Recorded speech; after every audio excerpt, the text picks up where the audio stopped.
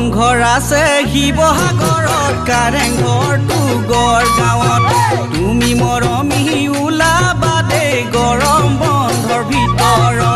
ৰংঘৰ আছে শিৱসাগৰত কাৰেংঘৰটো গড়গাঁৱত তুমি মৰমী ওলাবা দেই গৰম বন্ধৰ ভিতৰত ঐ পথালি বামত বাছত উঠি ৰংপুৰত গৈ নামিবা ঐ টেম্পু এখন ধৰি লৈ শিৱদৌললৈ আহিবা